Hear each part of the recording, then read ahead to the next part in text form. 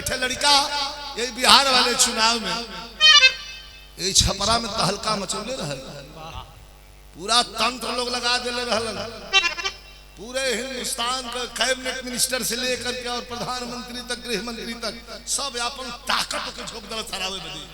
हालांकि चुनाव बताओ वाले बतौलन कि चुनाव हरावल गए। वो लड़का का नाम आप लोग जान गए। अब मशीन हो, हीट मशीन, टेंडरिंग फेंडरिंग ना हो, वो हीट मशीन हो। और कवि जी के जौन हो तो एक कम से कम 50 गाना अपने आवाज में कवि जी के गाना गौले हो लड़का। एक गाना कराल रहल लोग वही के कहलन कि त बहुत फुहर गावला, फुहर नहीं गावला।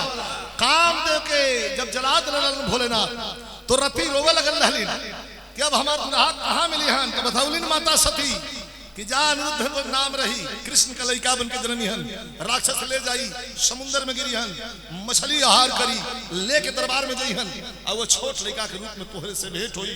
तो उस समय का गीत राइटर लिखले हूँ, लेकिन समझा वाला जौन कुछ समझे।